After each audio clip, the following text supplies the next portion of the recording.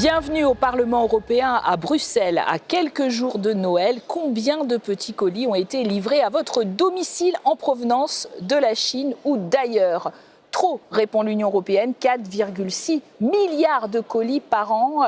Or, jusqu'à présent, ceux d'une valeur de moins de 150 € étaient totalement exonérés de droits de douane, ouvrant ainsi grand notre marché à la déferlante des plateformes chinoises du commerce à bas coût, les Chine, les Temu et autres Alibaba. Mais les choses sont en train de changer. Plusieurs États membres sont en train d'adopter des mesures de rétorsion comme la Belgique, les Pays-Bas, le Luxembourg ou encore la France qui veut imposer une taxe de quelques euros par paquet. À ces taxes nationales viendra bientôt s'ajouter une taxe européenne de 3 € à compter de juillet 2026. Des pays qui favorisent un prélèvement fixe, estimant que la Chine triche souvent sur le montant déclaré des contenus. En tout cas, plus largement, c'est la question des normes européennes et de la sécurité qui est posée. La découverte de la vente de poupées à caractère pédopornographique par Chine et d'armes en France a servi de détonateur. Les géants chinois du e-commerce sont désormais dans le viseur de la Commission. Alors, faut-il les suspendre? Nous poserons la question à nos deux invités aujourd'hui. Dirk Gottink, bonjour, vous êtes néerlandais, vous siégez au PPE, ici à la droite du Parlement européen. Donc vous êtes aussi rapporteur pour la réforme du Code des douanes dans l'Union, qui nous concerne puisqu'elle touche également cette taxation des petits colis. Puis alors François Calfon en face de bonjour. Vous. Eurodéputé français, bonjour, du groupe des socialistes et démocrates. Vous avez co-signé début novembre une tribune demandant à suspendre l'accès de Chine au marché européen. D'ailleurs, pour éclairer nos téléspectateurs sur l'ampleur du flux, je vous propose de regarder quelques chiffres, les chiffres clés des petits colis. 12 millions par jour dans l'Union européenne, à 91% en provenance de la Chine, et ce, sans aucun droit de douane. Comment on en est arrivé là ? Écoutez, c'est très simple. Depuis 2022, c'est-à-dire au lendemain du Covid, la République populaire de Chine, les plateformes ne sont qu'un instrument.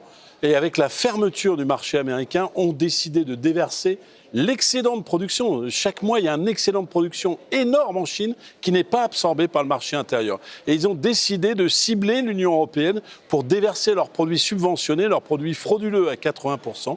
Et c'est ce qu'ils font. Depuis 2022, l'augmentation de l'exportation de ces produits frauduleux a augmenté de 353% dans l'Union européenne. Et dans votre présentation liminaire, moi je veux être concret. Je suis allé avec les douanes à Roissy vendredi dernier faire un contrôle sur pièce. Eh bien, dans les colis que nous avons ouverts, première fraude, les montants déclarés ne correspondent jamais, je dis bien jamais, 10 fois sur 10 aux montants que nous avons au sein des valises. Et quand nous ouvrons les colis, qu'est-ce que nous trouvons? De la contrefaçon, des produits dangereux. Vous savez même ce qu'on a trouvé? On va revenir sur tous ces aspects. Mais sur Donc le j'en fond... termine sur un point. Ça n'est pas des fraudes simplement sur une poupée pédopornographique. C'est une fraude systémique organisée par le gouvernement chinois qui, un peu comme la cavalerie, sait que l'Union européenne, certes, va sanctionner, mais des années après, il sera trop tard pour le commerce, pour la production européenne. Alors, Dirk Gottink, en tant que libéral, j'imagine que vous êtes supporter du libre-échange et du pouvoir d'achat. Au fond, les Européens sont devenus accros à ces produits parce qu'ils sont peu chers. Est-ce qu'on peut vraiment leur reprocher? Moi, je ne sais pas pourquoi vous collez cette étiquette, mais je pense que je partage une grande partie de l'analyse. Mais pas que le gouvernement chinois a fait créer une stratégie visant l'Europe. Je pense que les joueurs économiques ont vu une opportunité parce que l'Europe n'a pas de contrôle à la frontière. On a un marché très, très, très grand et en plus, ils produisent déjà presque tout dans le monde. Moi, je suis un défenseur du bon commerce. Mais ce qu'on a permis est aussi... Malheureusement, grâce à la législation DSA, qui en fait donne une responsabilité très limitée aux plateformes, on est devenu le dumping ground, le magasin du dumping du monde. Alors vous dites la législation donc sur les services digitaux, hein, les services numériques, hein, soyons précis. Alors c'est vrai que en attendant, ce qui se passe, c'est que plusieurs États sont en train de légiférer. La Roumanie, par exemple, prélève d'ores et déjà 5 € sur chaque paquet, tandis que le Benelux a opté pour 2 €. La France réfléchit à une redevance entre 2 et 5 € pour ces petits colis. Des initiatives individuelles, vous dites nécessaires, suffisantes? Alors déjà, il faut comprendre que dans l'état des finances publiques français, qui n'est pas vraiment glorieux, Il y a moins 4 milliards sur la TVA cette année. Donc on parle bien d'une attaque systémique et qui est due en grande partie au e-commerce. Je me prononce très directement, je vous réponds très directement. On parle d'une taxe à 2 € sur les petits colis. Moi, je pense que c'est largement en deçà de ce que cela devrait être. On devrait être plutôt dans du 6 ou 8 € pour compenser tout l'argent qui est détourné. Ensuite, je rejoins mon collègue du PPE qui a fait un grand pas contre la concurrence mondiale qu'il promeut par ses positions politiques. Je le rejoins sur le fait que nous ne sommes pas contre le e-commerce s'il y a une fair competitiveness, c'est-à-dire s'il y a un juste échange. Mais aujourd'hui, il n'y a pas de juste échange, car vous avez 80% de produits frauduleux. Et la question qui est posée, c'est que c'est un choix civilisationnel. Aujourd'hui, quand nous allons dans les villages européens, il n'y a plus de commerce. Aujourd'hui, nous avons les plus grandes difficultés à produire les biens de première nécessité. À la veille de Noël, très peu de jouets français, 80% de jouets chinois. Est-ce que nous acceptons que ces 80% de jouets chinois représentent un danger immédiat pour nos propres enfants? Et pourquoi alors la Poste française a une coopération officielle avec Temu, je crois? Alors, et dans plein de domaines. Et Shein a ouvert son premier magasin à Paris. Alors, je reviens sur Mais vous faites bien m'interpeller. Vous avez bien un peu d'influence en France toujours. Écoutez, pourquoi vous agissez pas contre ça? Mon cher collègue, j'ai rencontré, je vous fais une confidence parce qu'on est entre nous, personne ne nous regarde. J'ai rencontré la patronne de la Poste et je lui ai dit les yeux dans les yeux, comme nous nous regardons à l'instant.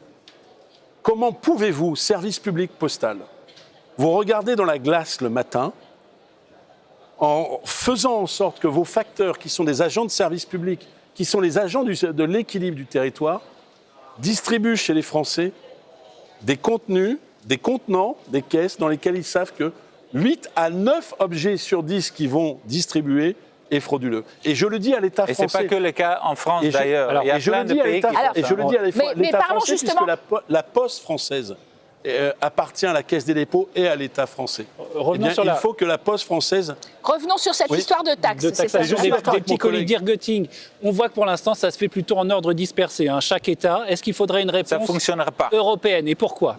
Parce que si on commence à Roissy, j'ai été aussi là, si on commence à contrôler à Roissy ou à Amsterdam, demain, les cargos ils vont vers Francfort ou Leipzig ou un autre aéroport. Et si les taxes ne sont pas les mêmes dans chaque pays? Il faut faire une solution européenne. Il ne faut pas jouer la nationale et surtout pas que pour des raisons financières. Je suis très critique aussi par rapport à l'initiative belge, française, mais aussi néerlandais. Ça ne fonctionnera pas. On va juste bouger les flux des produits. Et juste en septembre, on a dépassé déjà le montant de l'année dernière en termes de petits paquets. Vous avez compris que M. Clalfon disait que ça allait dans les caisses de l'État français, qu'on avait bien besoin. Là, si on fait une taxe européenne, ça ira dans les caisses de la Commission européenne? Ça ira dans le budget européen. Alors non, mais pour répondre, parce que je pense qu'il y a une complémentarité. Pourquoi on a pris des mesures conservatoires en France? Parce que la Commission se hâte trop lentement. Au titre du DSA, il y a 2 enquêtes ouvertes contre Temu et AliExpress. Il y a une phase d'investigation contre Chine. Mais le temps que la Commission européenne agisse, prenne les sanctions qui sont prévues dans le DSA, il va se passer 3 ou 4 ans. Je viens à votre point, c'est le plus important. Oui, c'est par la réforme du code douanier que nous pourrons réellement agir. Parce qu'aujourd'hui, les plateformes de ces places de marché, comme on dit, disent « je ne suis pas responsable de ce qui est vendu ». Eh bien, il faut les rendre responsables à la fois de la collecte de la taxe et du contenu. Et ce sera beaucoup plus efficace. Et pour répondre très précisément à votre question, si nous taxons, je pense que ça alimente l'autorité douanière européenne et ça alimente à la fois le budget de la Commission. Oui, il faut des ressources propres et pourquoi pas les efforts des douanes des différents États membres. Là-dessus, je pense qu'il faut être très ouvert. Oui, et le problème vraiment dans la législation, c'est qu'on traite YouTube et Facebook avec les mêmes législations que Temu et Shein. Le Digital Service Act. Mais les vidéos online, ça n'a pas le même impact que les colis. Ça ne peut pas mettre en danger des enfants avec des jouets qui sont pas... Encore que les Alors contenus justement, vidéo... on va venir sur cet aspect. Les ONG s'inquiètent de cet aspect des choses, le manquement des objets exportés vers l'Europe aux normes de sécurité. Cet expert en plastique de Greenpeace tire la sonnette d'alarme. On l'écoute. Nous avons commandé 56 produits Shein dans 8 pays à travers le monde et les avons fait analyser par un laboratoire indépendant afin de détecter la présence de substances chimiques dangereuses. Les résultats sont alarmants car un tiers de ces produits contiennent de telles substances dont la concentration dépasse les limites fixées par la réglementation européenne sur les produits chimiques. Dirk Goetting, est-ce que c'est vraiment possible de contrôler la conformité de tous ces produits, ces jouets, ces bijoux, ces vêtements? Ils sont globalement dangereux? Mais comme aussi mon collègue a vu à Roissy, ouvrir des paquets, c'est très intensif en termes de travail. On ne peut pas ouvrir tous les colis. Mais ce qu'on peut demander des producteurs, c'est qu'on a des informations sur le contenu et de où c'est produit et de quoi on s'attend. Et après, si on fait un contrôle, qu'on ne doit pas ouvrir tout, mais on peut juste renvoyer après une contrôle tout le... Est-ce qu'on aura la force morale de renvoyer des choses en Chine effectivement, alors qu'on ne veut pas qu'ils nous mettent des droits de douane, qu'ils nous fassssent une guerre commerciale? L'enjeu est très simple. Ils sont en train de nous tuer sur la production automobile, avec des voitures subventionnées, moins 30%, avec une avance prise. Et là, ce dont on parle, c'est toute la production du B2C, c'est-à-dire toute la production des objets électroniques, des jouets, du textile. Donc attention, il ne faut pas penser aux mesures de rétorsion de la Chine. Je vous signale que depuis hier, j'ai vu le chiffre, il y a plus de voitures chinoises vendues en Europe que de voitures européennes vendues en Chine. Donc ça y est, ça s'est inversé. Donc si on ne fait rien, on va mourir guéri. C'est ça le sujet. Deuxième sujet, puisque vous l'avez posé en introduction de ce débat, à titre conservatoire, je viens de voir votre reportage, mais c'est le cas partout, il faut ne pas avoir peur de suspendre les plateformes tant qu'elles ne se mettent pas en conformité. Ça, c'est la deuxième chose qui m'apparaît. Est-ce qu'on peut suspendre aujourd'hui les plateformes? La Commission européenne peut faire ça, mais seulement après des années de recherche. Après, sur le côté de la souveraineté, et nous, on est souverain de nos décisions ici en Europe. On ne va pas se mêler avec la législation en Chine. Et je pense qu'ils vont comprendre que nous, si on légifère et nous, on contrôle, ils doivent simplement accepter que nous, on fait des lois. Et si vous voulez jouer sur notre marché, vous avez des règles à suivre. Comme nous, on suive les règles chez eux. Et c'est ça qu'on doit expliquer aussi aux Chinois. Je suis sûr qu'on peut le faire. François Calfon. Donc sur les temporalités, en fait, on a un petit écart sur les temporalités, mais mon collègue va venir à des positions beaucoup plus socialistes. Ça n'est pas un gros mot. Je pense qu'il a du chemin à faire. Je ne suis pas tribal, monsieur. Je ne suis pas tribal comme vous, apparemment. Mais nous nous rapprochons sur beaucoup de points. Moi, je dis qu'il faut appliquer le principe de précaution maintenant. Si nous édictons des règles claires et nous soutenons la réforme douanière, alors ceux qui jouent au jeu avec l'Europe, ils joueront avec nous parce que c'est un débouché très important pour eux, pour l'export, avec nos règles. Aujourd'hui, ils se jouent de nos règles et c'est très différent. C'est-à-dire que pendant que l'Europe prend du retard, eux, ils passent leur temps à sourire. Donc nous, on continuera à mettre la pression sur la Commission européenne qui prend du retard. C'est comme la cavalerie, elle arrive toujours après. Dans les westerns, on a l'habitude de ça. Eh bien, nous demandons, groupe socialiste, groupe SND, et j'espère que ce sera partagé par d'autres, l'ouverture d'une commission d'enquête sur les produits frauduleux. On va écouter cette réponse de la Commission européenne. Les poupées sexuelles ressemblant à des enfants n'ont pas leur place sur Internet. Les armes, les jouets dangereux n'ont pas leur place sur Internet. Mais nous savons, grâce aux autorités françaises, que Chine a vendu tous ces produits en France et nous prenons ça très au sérieux, bien sûr. Nous avons de sérieuses indications que Chine pourrait présenter des risques plus systémiques pour nos consommateurs dans toute l'Union européenne. Du coup, est-ce qu'on doit les sanctionner? Pourquoi on ne les sanctionne pas en France? Est-ce que la Commission doit attendre toute cette longueur d'enquête dont vous avez parlé? Mais le problème, c'est qu'on ne les a pas fait responsables pour les produits qu'ils mettent sur notre marché. Et on doit créer une loi, et on essaye de le faire dans la réforme de la douane. Mais le DSA les enlève de la responsabilité. Et c'est ça que la France a découvert avec ses poupées. Parce qu'ils peuvent signaler que ça ne va pas, ce produit, ils vont l'enlever, mais les jours d'après, ils reproposent des produits qui sont complètement illégaux en Europe.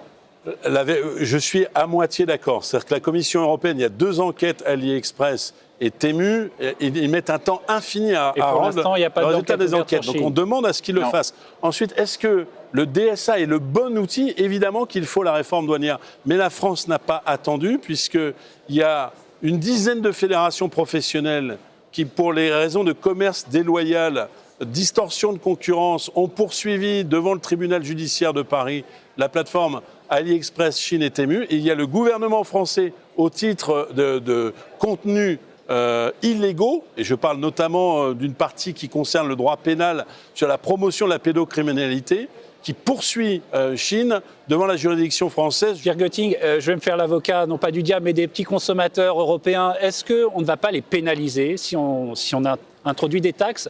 Ce sont des produits à bas coût, parfois superflus, mais parfois nécessaires aussi pour certains Européens. Mais ils payent déjà le prix. On a vu, il y a un vol de l'État des revenus fiscaux sur une échelle industrielle.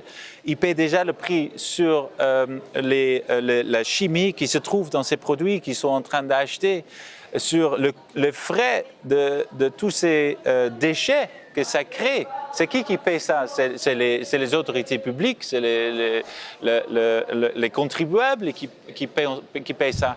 Du coup, on doit beaucoup plus investir dans les douanes et dans les inspections, parce que ces types d'inspections qu'on a vus dans votre reportage, on n'a pas assez de capacité en laboratoire pour vraiment combattre ça, parce qu'à la douane à Roissy, il n'y a pas un énorme laboratoire à côté qui fait les contrôles. Aux Pays-Bas non plus. Et c'est ça un problème.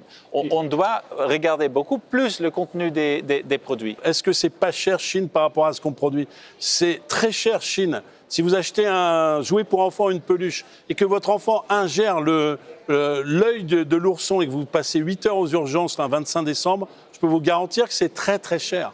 Donc acheter de la sécurité européenne, acheter du CE, même si au moment de dépenser, c'est un peu moins cher. Bon, c'est la promotion de Buy européenne avant, évidemment, les fêtes de fin d'année. Merci à vous de nous avoir suivis. Voilà, merci à vous et bonne suite de programme sur nos chaînes.